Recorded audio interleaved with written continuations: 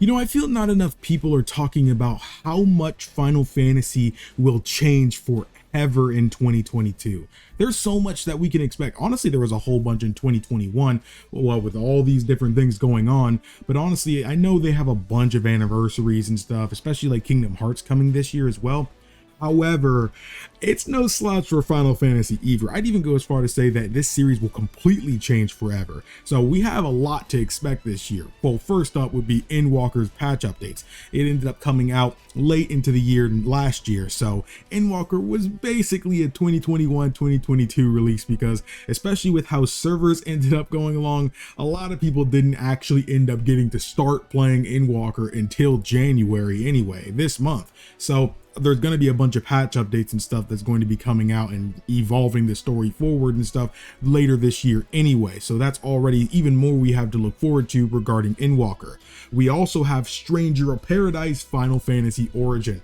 This one, in a way, I'm kind of embarrassed to say this, but I honestly think this is the thing I'm most excited for. I know a lot of people are just memeing the game, you know, oh, there was one funny line, so this is just a meme game now. You know, and you know, as much as, you know, it makes the game popular, I'm glad people are talking about the game and still are.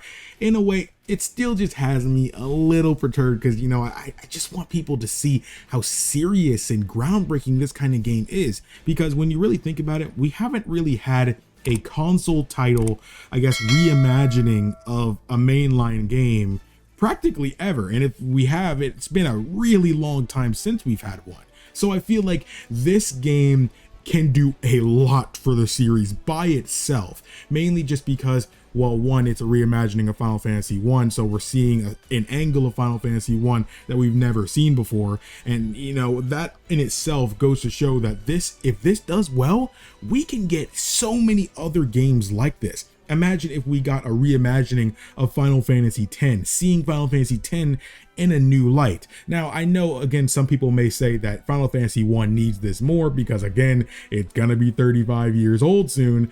And, you know, Final Fantasy X, you know, is much younger, being, you know, what, it came out in 2001. So it's just over 20 years old. But still, I mean, it just goes and shows you that there's so much they can do more with already established titles in this franchise. I'm pretty sure most people wouldn't mind a new addition to the Final Fantasy X's world or a new addition to Final Fantasy VI's world. Imagine if we got a modern retelling of Final Fantasy VI, everything staying true to the original story, but stuff just added to it. Not necessarily saying the Final Fantasy VII remake angle of things, you know, where they're actually kind of making it a sequel, but just overall a true to life reimagining of this game, everything you loved about the original, but just more to love about it. That is exactly how I see Stranger of Paradise Final Fantasy Origin in regards to Final Fantasy 1. And as somebody who's actually played Final Fantasy 1 now, thanks to the Pixel remaster, it makes me just even more excited about it because honestly, for a 35-year-old game,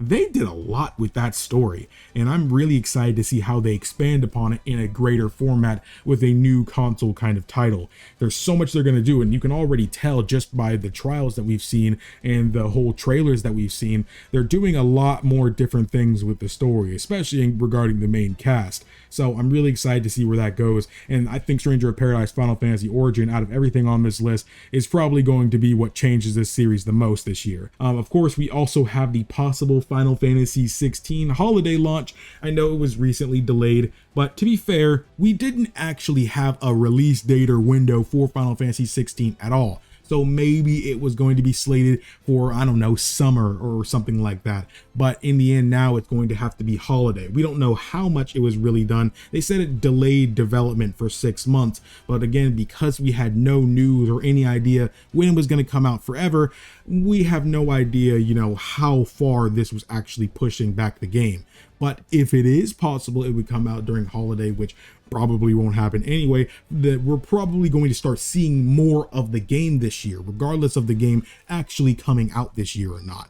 So again, if the game is slated to come out in early 2023, for example, we're going to see a ton more about the game before then in order to hype up the launch, as again, it is Final Fantasy 16. So expect a lot of trailers for that game, especially by the time the end of the year gets here. That way we can really expect it. If it does come out by the end of this year or early next year, we're going to see a lot of the game this year, and I'm really excited for that. because again, Final Fantasy 16 has the potential to be the best game in the series. You have one of the brightest minds behind Final Fantasy being Yoshi P, on it, and the DMC5 combat director on it as well. This overall looks to be, it could be something that Final Fantasy has been aspiring to be the entire franchise. Again, I'm not expecting Final Fantasy 16 to be the best. I just want it to be a game I can really enjoy. That's basically how I go into any video game. I'm not going into these games for a new favorite. And I feel like that's what kind of makes Final Fantasy in particular so beautiful, because I don't really go into any of these games with any preconceived notion or a goal to achieve, when I'm playing this game. I just want a really good adventure, a great cast of characters, and a really intriguing story. And I feel that whenever I beat one of these games, that's what I end up getting, but they always feel so unique to one another. And honestly, I just kind of want that experience again. But of course, I'd be lying to say if I wasn't really excited and have high hopes for it, because again, the name's behind the project. So Final Fantasy 16 is something I really look forward to this year, whether it's just trailers or the game itself. I'm really hyped about it. Now, another one I'm strangely hyped for that we practically heard nothing of since it was announced was Final Fantasy VII Ever Crisis. These were the mobile I guess I want to say reimaginings, but honestly, they look closer to be remakes of a bunch of basically everything Final Fantasy VII has ever released. Before Crisis, the original 7, Dirge of Cerberus, Crisis Core, everything. So it's basically making mobile remakes of these games. Now, of course, the gameplay, even though we've only really seen gameplay of Final Fantasy VII itself, it seems to be going to the whole Dissidia Opera Mini. I haven't really played that game. It's a mobile game, not the biggest into mobile games, but it seems like it's taking a ton of gameplay mechanics from that game, which from what I hear is really, really addicting. So that's what I'm really expecting a lot of most of these games, and I'm expecting them to basically all play like that. Not too sure about Dirge of Cerberus, because out of everything I just said, it is definitely the most different out of all the games on there. However, honestly, I'm not gonna lie, I mean, this may be an unpopular opinion, which I'm pretty sure it's not. Dirge of Cerberus was not the favorite game I've ever played. I did not care for Dirge of Cerberus too much. I thought the story was okay, however, I did not really care for the gameplay. But I can easily see them, tweaking that up and changing it in a style that matches what we saw of the 7 version of this game. So I'm really expecting something good out of it, and maybe they'll even tweak the story a bit to be a bit more coherent and flow a bit better with the rest of the games, and I'm excited for that. I know a lot of people have a soft spot. I'm not trying to talk crap about somebody's favorite game or a game that got them into the series, but I just want people to know that I want a lot of people to like the game. I want as many people to like the game as possible. I'm not really worried about games like Crisis Core and stuff like that. Crisis Core was an action game already, and if it does end up being more of a turn-based game, I know some people might end up being put off by that, but I doubt people are going to care too much because of the really good combat models that we're seeing, because it seems like in battle they're using the 7 remake models. So even though we haven't seen like Before Crisis and Dirge of Cerberus gameplay wise in this collection of Ever Crisis games, I'm expecting them to all have remake style models. So that's what I'm really excited to see, because honestly, Final Fantasy 7 in this looks really good. So I'm really excited about this, and honestly, I think this is a really smart way to go about it, because so many people are playing Final Fantasy VII Remake as not only their first Final Fantasy, but their first entry in the Final Fantasy VII series. So, a ton of people who play Remake didn't even play the original, so they might not even realize this is a Remake is a sequel to the original.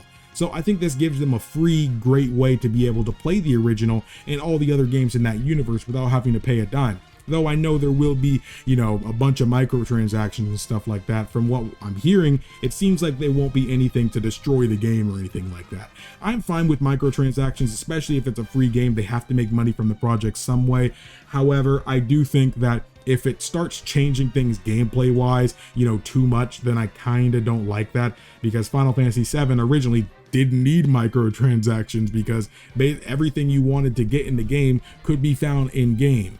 But the game wasn't free back then either. So if they have to make this game free now, and honestly a better looking version of the original, then they're gonna have to rework some things. So hopefully that, yeah, you can still find all the weapons and equipment and, you know, all that kinds of stuff throughout the world, but they do stuff in a way to where, you know, it's cosmetically different if you pay with microtransactions. As long as microtransactions are cosmetic, I don't generally mind, because I don't like locking, you know, epic content that will actually change things gameplay wise behind microtransactions. Even if it's free, I don't like that. Even if it's single player, I still don't like that. That's just not me. Maybe you like that, I just don't. But Ever Crisis is a big thing, and I'm really excited to see an actual remake of these games, especially Crisis Core, because I want a lot of people to play Crisis Core, and I feel like with what they seem to be doing with a certain character in Final Fantasy VII Remake, I'm really excited to see people get to play the original experience first and be that more impacted by the reveal in 7 Remake and what we'll likely see in Part 2. So, and of course there's Final Fantasy VII Remake Part 2, that's a good transition.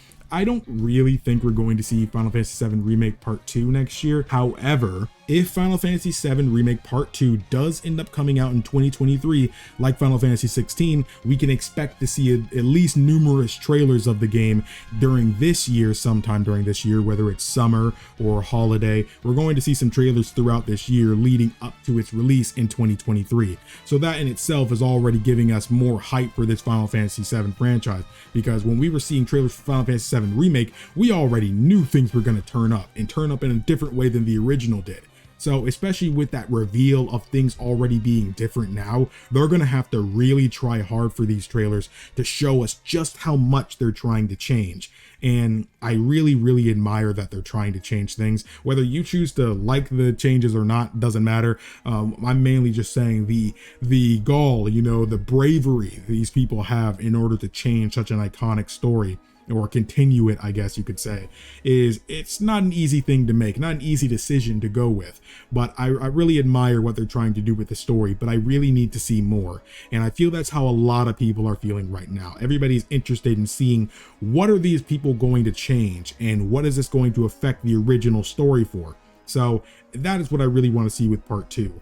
And I expect us to get a little bit more information on that during this year. 2022 overall is just a huge year for Final Fantasy, and honestly a year that I feel will change the series forever, because Part 2, you know, knowledge of Part 2 will go and show us how much they can do with a remake of a Final Fantasy title. Same thing with Stranger of Paradise. It goes so far how much you can do a reimagining of a game, because from what I'm seeing, Stranger of Paradise ain't really a sequel of Final Fantasy 1, you know, in the way that Final Fantasy VII Remake is a sequel of the original. So I'm really interested in seeing how they reimagine Final Fantasy 1 and continue to remake and I guess make a sequel of Final Fantasy 7, you know, a direct sequel to it. So I'm really excited about those things. Of course, Endwalker patch updates and stuff as well.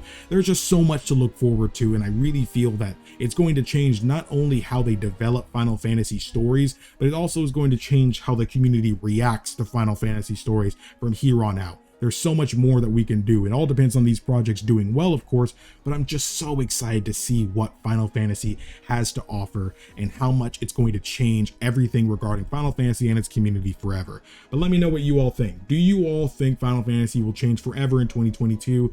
Or do you kind of feel like there isn't much you're personally excited for? Let me know. I love different opinions.